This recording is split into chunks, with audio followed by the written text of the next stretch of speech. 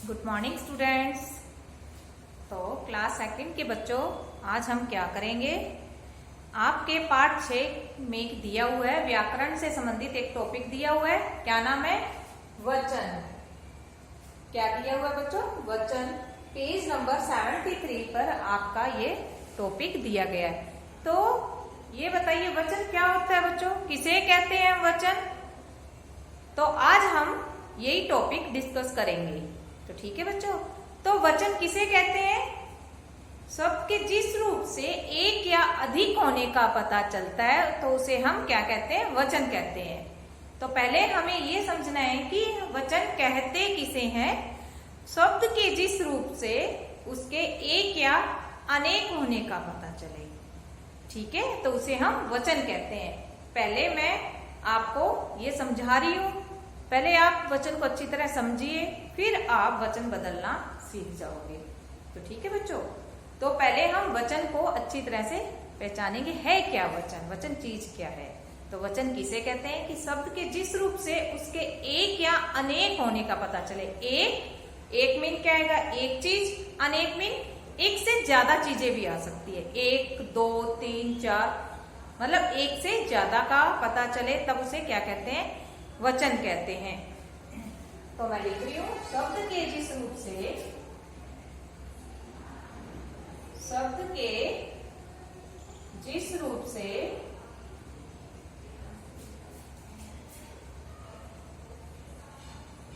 शब्द के जिस रूप से एक या अनेक होने का पता चले। एक या अनेक होने का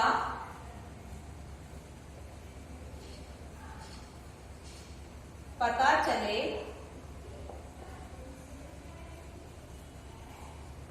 उसे वचन कहते हैं। क्या कहते हैं बच्चों? उसे वचन कहते हैं।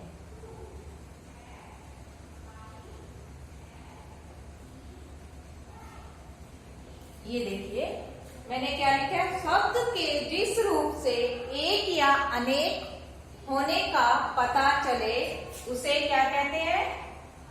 उसे क्या कहेंगे? वचन कहते हैं। ये देखिए, ये मैंने क्या लिखी है? वचन की परिभाषा। क्या लिखी है? परिभाषा। ये देखिए, पढ़िए एक बार। शब्द के जिस रूप से एक या अनेक होने का पता चलता है, उसे हम क्या कहते हैं? वचन कहते हैं। हमें ये तो पता चल गया कि वचन इसे कहते हैं, एक या अनेक। अब मैं वही समझा रही हूं, जैसे कि उदाहरण दे रही हूं मैं आपको। एक उदाहरण के तौर पर आपको मैं समझा रही हूं। एक जैसे ये मैंने क्या बना दिया? चांद। ये मैंने एक तारा बना दिया। पहले क्या बना दिया? एक तारा। और इधर मैंने क्या बना दिए? चांद के साथ साथ आसमान में आपको क्या दिखाई देते हैं? तारे। क्या दिखाई देते हैं? तारे। ये देखिए, तो देखिए, आसमान में एक तारा दिखाई दे रहा है और आसमान में तारे दिखाई दे रहे हैं। तो देखा, ये देखिए, ये क्या है? तारा। इसे हम क्या नाम देंगे? तारा। तो तारा इसमें क्या चीज है? एक। तारे इसमें तारा कितना है? एक तारा है। और इसमें देखिए, ये कितने तारे हैं? एक से ज्यादा होने पर क्या होता है? अनेक। क्या होते हैं? अनेक। तो इनको हम क्या लिखूंगी मैं? तारे।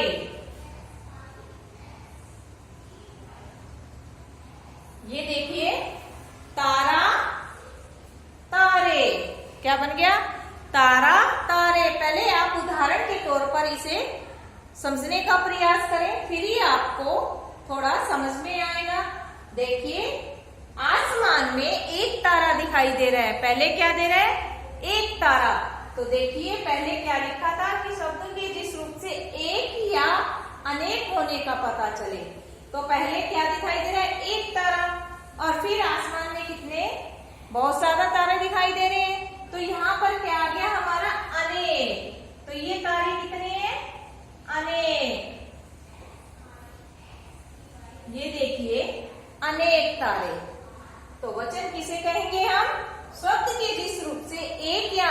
होने का पता चले तो उसे हम वचन कहते हैं। एक तारा, अनेक तारे, इन दोनों को मिलाकर हमारे क्या बनते हैं? वचन। इन दोनों को मिलाकर क्या बनता है हमारा? वचन। यानी वचन में क्या चीज आती है? एक और अनेक, इन दोनों चीजों को मिलाकर क्या बनता है? वचन। शब्द के जिस रूप से एक या अनेक होने का पता चलता है तो उसे वचन कहते हैं। ये देखिए आप अच्छे से इन चीजों को देखिए।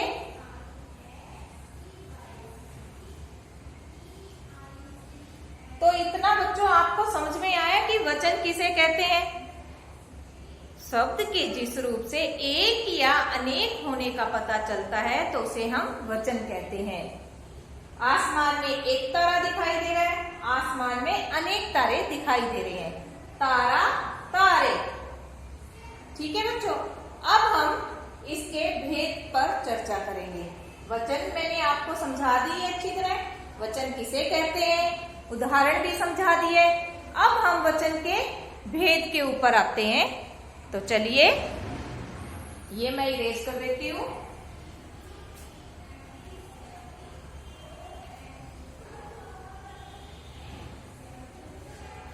अब देखिए बच्चों, इसके बाद आती है वचन के भेद। अब वचन के भेद, अब वचन के भेद, कितने भेद होते हैं बच्चों वचन के? वचन के दो भेद होते हैं। पहला एक वचन और दूसरा बहुवचन। तो चलिए मैं बता रही हूं वचन के कितने भेद होते हैं? दो। पहला कौन सा होता है? एक वचन। एक का एक वचन। और दूसरा कौन सा होता है? बहुवचन। आप इन्हें समझिए। पहला कौन सा भेद है? एक वचन। और दूसरा कौन सा है? बहुवचन। एक वचन, बहुवचन। वचन के दो भेद होते हैं। कितने होते हैं? दो भेद होते हैं, एक वचन और बहुवचन। अब आगे ये होता है कि एक वचन हम किसे कहेंगे? एक वचन किसे कहेंगे? शब्द के जिस रूप से उसके एक होने का पता चले। यानी एक वचन में एक ही चीज आएगी, जिसे आप कहते हो इंग्लिश में सिंगुलर। तो उसमें क्या आएगा? एक वचन में एक ही चीज, शब्द के जिस रूप से उसके एक होने का पता चलता है उसे हम क्या कहते हैं? एक वचन। तो यहां पे पहले मैं क्या लिखूंगी? इसी की परिभाषा। शब्द के जिस रूप से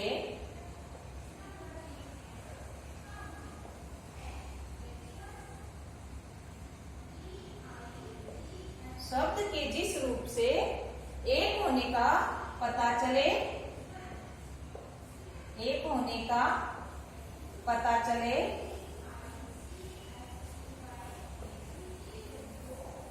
उसे एक वचन कहते हैं।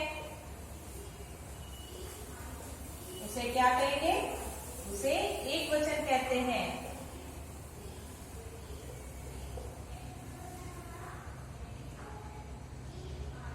ये देखिए, शब्द के जिस रूप से एक होने का पता चले उसे एक वचन कहते हैं। तो एक वचन किसे कहेंगे हम? जिसमें एक ही चीज आती है। कोई भी चीज ले लीजिए आप, प्राणी का नाम है, वस्तु का नाम है, तो उसमें क्या आएगी? एक ही चीज आएगी। जैसे उदाहरण मैं समझाती हूँ। जैसे एक चीज आप कोई भी लिए, लड़का, पेंसिल, इसको हम बदल नहीं सकते बहुवचन में, तो एक वचन में एक ही चीज आएगी। अब मैं उदाहरण लिख रही हूं इसके। उदाहरण देखिए, उदाहरण लड़का, पेंसिल,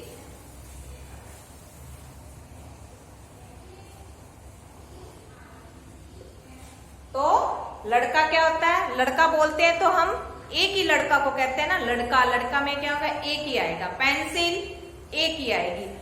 यानी एक वचन में एक ही चीज आएगी, लड़का, पेंसिल, चादर, छाता, है ना बच्चों, माला। तो अब देखिए वचन का दूसरा भेद कौन सा है, बहुवचन। तो बहुवचन में क्या चीज आएगी बच्चों, शब्द के जिस रूप से एक से अधिक होने का पता चलता हो, जिसमें शब्द के जिस रूप से एक से अधिक होने का पता चलता हो उसे हम बहुवचन कहते हैं। तो बहुवचन में एक से अधिक आ गया, अधिक मतलब अनेक, अनेक आ गया। तो अनेक में क्या चीज आएगी, जैसे लड़के, लड़के एक से ज्यादा भी हो सकते हैं, दो भी हो सकते हैं, तीन भी हो सकते हैं, यानी एक से ज्यादा चीज का आना वो बहुवचन कहलाता है। तो इसकी परिभाषा मैं यहां लिख रही हूं।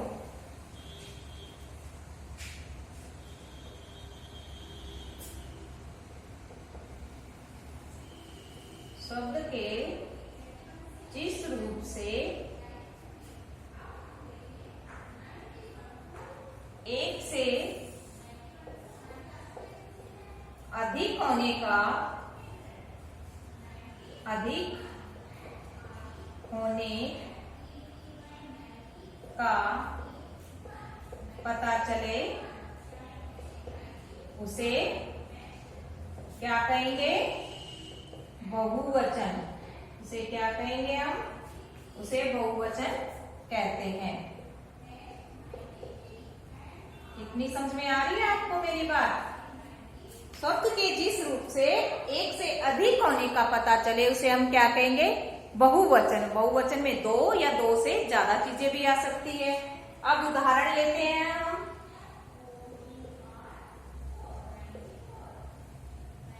जैसे मैंने यहां लिखा था लड़का, तो इसी को हम बहुवचन बना देते हैं। लड़का का क्या होगा, लड़के, लड़का, लड़के। आगे देखिए पेंसिल, पेंसिल का बहुवचन रूप क्या होता है, पेंसिलें। एक पेंसिल, अनेक पेंसिलें। देखिए एक लड़का, अनेक लड़के, एक पेंसिल, अनेक पेंसिलें। तो ये देखा बच्चों आपने, ये एक वचन की परिभाषा मैंने लिखी है और ये बहुवचन की परिभाषा लिखी है। तो पहले मैंने आपको वचन के बारे में बताया, उसके बाद मैंने उसके दो भेद बताए हैं, एक वचन और बहुवचन। फिर मैंने आपको एक वचन के बारे में बताया, फिर उसके बाद बहुवचन के बारे में बताया। अब आपको क्या करना है, आज इन वचन को, वचन की परिभाषा, उसके बाद वचन के भेद और उनके भेदों की परिभाषा आपको अच्छे से समझनी है। मेरी वीडियो को आप बार बार देखिए और इनको समझने का प्रयास कीजिए। ये एक बार आप इस पर ध्यान दीजिए मैंने क्या क्या लिखा है। चलिए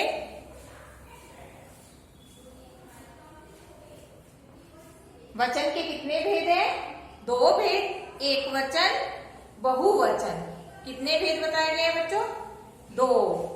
आप ऐसे खूब सारे उदाहरण ले सकते हैं, ऐसे और खूब सारे उदाहरण है बच्चों, बताऊं मैं आपको। जैसे गेंद, गेंदे, चादर, चादरें, छाता, छाते, लड़की, लड़कियां, माला, मालाएं, किताब, किताबें, है ना, पुस्तक, पुस्तकें। और ये है बहुवचन। तो आज आप क्या करोगे, वचन की परिभाषा, उसके बाद वचन के भेद, एक वचन, बहुवचन, दोनों भेदों की परिभाषा को आप अपनी नोटबुक में लिखोगे और साथ साथ आपको याद करने से पहले उसे समझना है। क्या करना है, अच्छी तरीके से आपको समझना है उसको भी, वचन क्या चीज होती है, कितने भेद होते हैं, एक वचन में हम कैसे लिखेंगे, बहुवचन अगर कोई चीज है तो हम उसको कैसे जानेंगे। यानी ये देखिए एक से ज्यादा चीजें आती है तो वो क्या होता है, बहुवचन। एक से ज्यादा चीजें यानी बहुवचन। अगर अपनी एक ही कोई चीज है तो हम उसे क्या लिखेंगे, एक वचन में। आगे आपके अभ्यास में और भी वचन बदलो चीजें दी गई है, लेकिन आप पहले इसे अच्छी तरह से समझिए, उसके बाद हम आगे स्टार्ट करवाएंगे। आप पहले ये समझिए कि एक वचन में कितनी चीज आएगी, एक चीज, और बहुवचन में कितनी चीजें आएगी, एक से ज्यादा चीजें बहुवचन में आती है। जिसे आप इंग्लिश में बोलते हो ना सिंगुलर, प्लूरल, तो वही हमारा आज एक वचन और बहुवचन उसे ही कहते हैं। ओके बच्चों, तो आज आप इसे अच्छे से और ध्यान से वीडियो देखिए और समझिए। Okay, bye.